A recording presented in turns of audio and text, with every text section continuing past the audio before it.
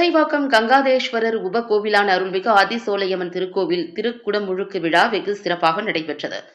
சென்னை புரசைவாக்கத்தில் உள்ள அருள்மிகு கங்காதேஸ்வரர் திருக்கோவில் வரலாற்று சிறப்புமிக்க பிரசித்தி பெற்ற திருக்கோவிலாகும்.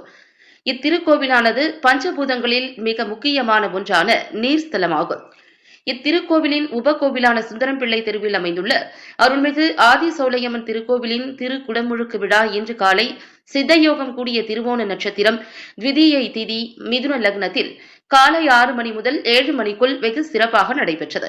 அருள்மிகு ஆதிசோலையம்மன் திருக்குடமுழுக்கு விழாவினை ஒட்டி திருக்கோவில் பூசாரிகள் சிவபிரகாசம், ரவிசங்கர் ஆகியோர் யாகசாலை பூஜை, ஹோமம், யாத்ராதானம் செய்து பூர்ணாகுதி உள்ளிட்ட பூஜைகள் செய்து வைத்ததை தொடர்ந்து புனித நீர் அடங்கிய கடங்கள் புறப்பட்டு அம்மன் மூலவர் விமானத்திற்கு புனித நீர் ஊற்றி திருக்குடமுழுக்கு விழா வெகு சிறப்பாக நடைபெற்றது.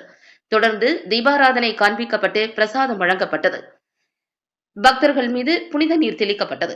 இதில் சிறப்பு அழைப்பாளராக தாமோதரன், சி சேகர் ஆகியோர் திருக்குடமுழுக்கு விழாவில் கலந்து கொண்டு சுவாமி தரிசனம் செய்தனர்.